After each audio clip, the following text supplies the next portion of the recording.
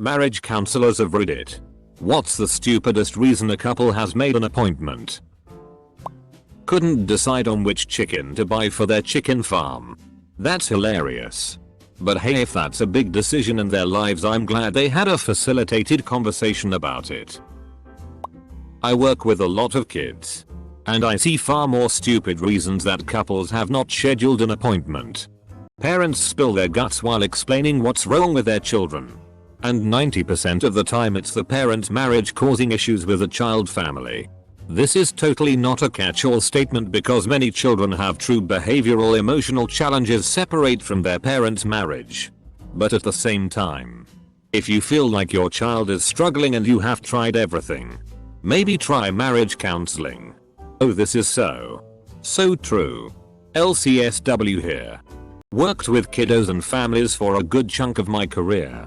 And 95% of the time, if the kid is having issues, there's a parenting issue or a marriage partner problem.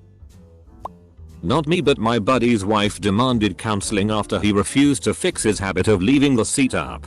Apparently the straw that broke the camel's back was he didn't realize his poo came back up and she fell into the toilet on his old, waterlogged shit. This doesn't make sense though. Does he sh-tee with the seat up? The most important piece of the toilet is the lid. And the lid should be put down before flushing to help contain the fecal cocktail from splattering the bathroom. But if she wants the lid down, instinctively she should be accustomed to lifting the lid up and not simply sitting down. My ex made an app for us when he got his side girl pregnant. I was 26 and in grad school. Lonely, stressed, and horribly gaslit. And went along. At the time the therapist would say if he hasn't changed by now he's not going to. Usually I'm trying to keep people together but I'm not sure I can now and I would get mad. Now I look back and things come on girl. Run. I needed to hear this. It seems impossible to leave. But equally impossible to stay. I'm slowly destroying myself. A relative of mine went to counseling because his wife was having affairs their entire marriage. Their counselor told him to get a divorce. He said straight up that every relationship is not meant to be saved. He is now happily divorced and has an amazing new fiancée 7 years later, so it ended up being somewhat okay.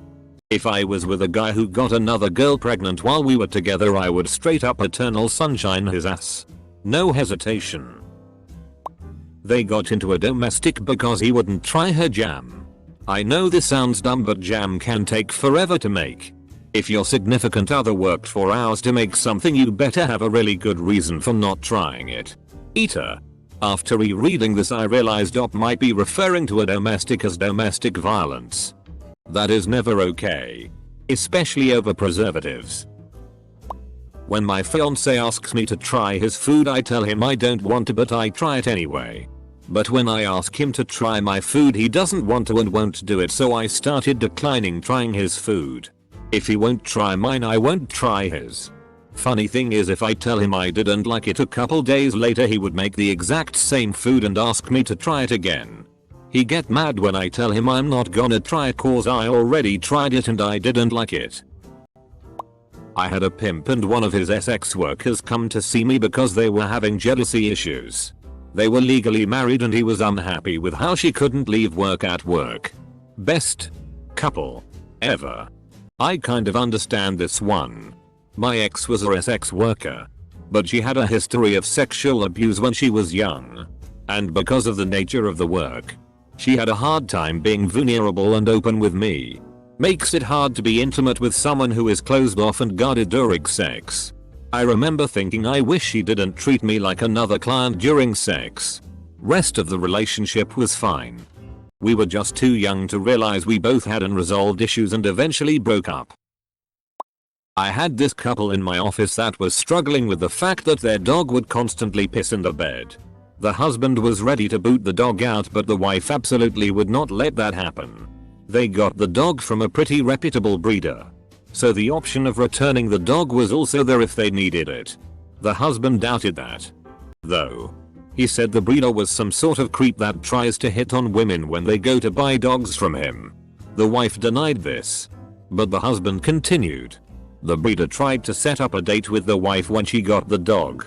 He asked her if she wanted to go to this well-known Mexican restaurant in the town.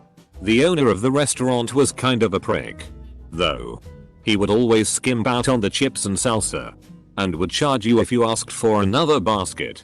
He also berated the bussers and waitresses in front of customers. FCK that guy. He insists Jar Jar is a Sith Lord and she just doesn't care. I have never wanted a story to be true as much as I want to believe this. Not a counselor, but my friend is one. And a couple came to her, unofficially, because the wife wouldn't tell her hubby when her mum was coming over because she knew he'd be sick or out that day. Imagine having money to spare on marriage counseling you don't even need. Vaccinate their child. Dad say go. Mum says no. At dad. One parent's consent is all that's required. I'm a clinical therapist and had a client bring in their spouse for a session. They both had sporadically treated bipolar disorder. I can only assume what a wild ride their kids are on. Poor kids. I remember having this one couple, mid-30s, who just couldn't see any possible chance for reconciliation. She was mad at him because his bowel movements smelled bad, and they only had one bathroom. The kicker is that he always would spray air freshener. Yet she said it wasn't enough. She felt like if she needed to use the restroom, she shouldn't ever have to smell him, albeit mixed with air freshener smell. So she had finally had enough, and she wanted out. He begged and pleaded with her not to. He even tried changing his diet. Nothing. They came to me for help. And I'll never in my life forget that first meeting. He sat down. With weathered, puffy eyes, he had been crying quite a bit. Looked me straight in my eyes. And said, "Doc, you should have used a serious tag." Double quote. My uncle and his wife. Reasoning. She lost a frying pan. I mean, I get that it's a stupid argument. But how the FCK do you lose a frying pan? Cupboard, hob, next to sink, into sink to soak, next to sink because other things need washing. Angry wife puts all the washing in the garden out of spite because husband never does the f-king washing up and the kitchen is a f-king mess. Raccoon steals frying pan. Not a counselor, but sat in a bathroom for hours waiting for a guy and his GF to stop violently fighting about me being there behind her back apparently. Don't believe he says folks. I know this has a lot of upvotes but I'm struggling to understand the comment. I just woke up from a nap so maybe my reading hasn't kicked in yet. Can someone please explain it to me in small and numerous words? It's always the dishes. I don't see couples anymore because I cannot have one more conversation with adult human beings about the various philosophies of dishwashing. As a younger person, I want to say that the game is rigged. We've learned from our parents. Don't rush into marriage. Test out sexual compatibility. Check and check. But do you know how long it takes to establish dishwashing compatibility? I had a woman come in for couples counseling. Over the phone she reported that her boyfriend, with the same last name very confusing, was distant and was refusing to listening. When the session started it was just her that showed up. She went on and on about how absent he was and how he refused to see the progress she had been making in her life. It turns out the boyfriend was an ex who had a restraining order against her and lived halfway across the country from her. She was delusional and was receiving treatment for her mental health issues.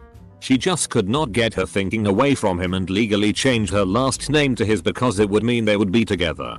She figured couples counseling was the way to work out their relationship issues. Edit.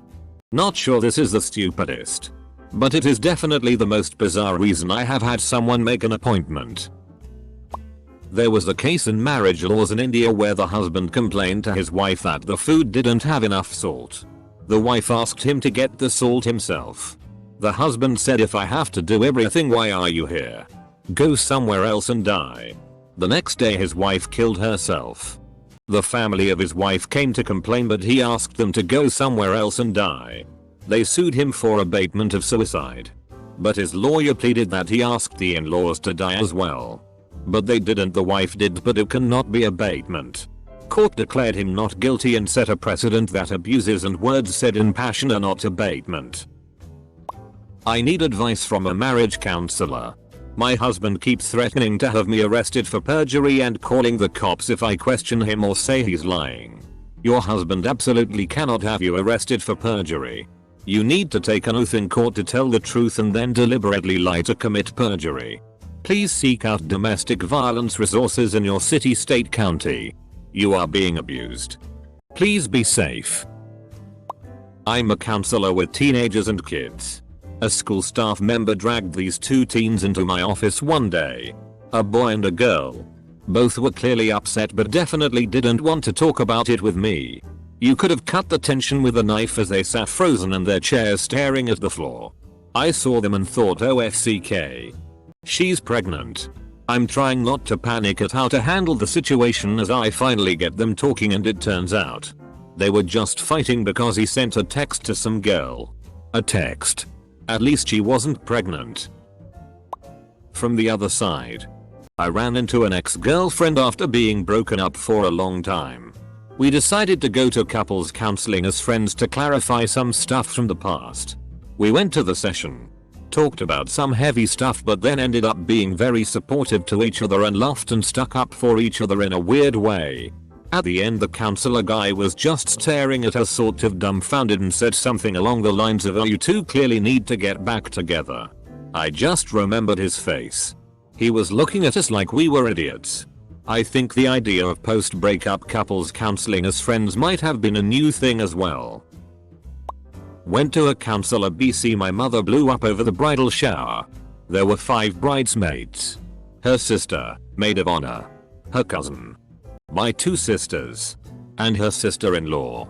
Maid of honor lived in different states and no one was planning anything for the shower.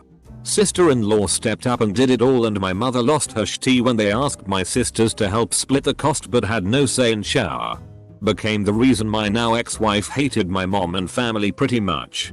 Went to counseling and then became, if we have kids, your family will have nothing to do with them. My ex eventually got knocked up by some random and that was the final straw. So many red flags that I just didn't realize. Nothing is really stupid in making the decision to come in for a couples session. But the most startling session I've had was when the couple had barely sat down and one of them informed the other that the relationship was over. Turned to me and said, "Thank you for supporting, partner, through this," and left the office. That is a complete power move. No turning back. No bargaining. A marriage already going down the drain is never worth saving. Divorce. Lots of fish in the sea. Absolutely everyone is dispensable and replaceable. Even your spouse. The only thing that's important is your kids if you have any. The best gift you can offer them is to not having parents that constantly fight. You don't have to have a marriage going down the drain to benefit from counseling. There are many people who strengthen their relationship because of counseling. This is terrible advice. I'm not a counselor, but your comment is concerning, so I just wanted to mention a couple of things. 1. Of course he can't have you arrested for perjury. Perjury is lying under oath. In a court of law. There is absolutely no crime in questioning someone or telling them you believe they're lying. 2. Looking at your past post. If the two of you still have not seen a counselor, then he did lie. If he's constantly trying to convince you that things didn't happen the way you know they did, then that is called gaslighting.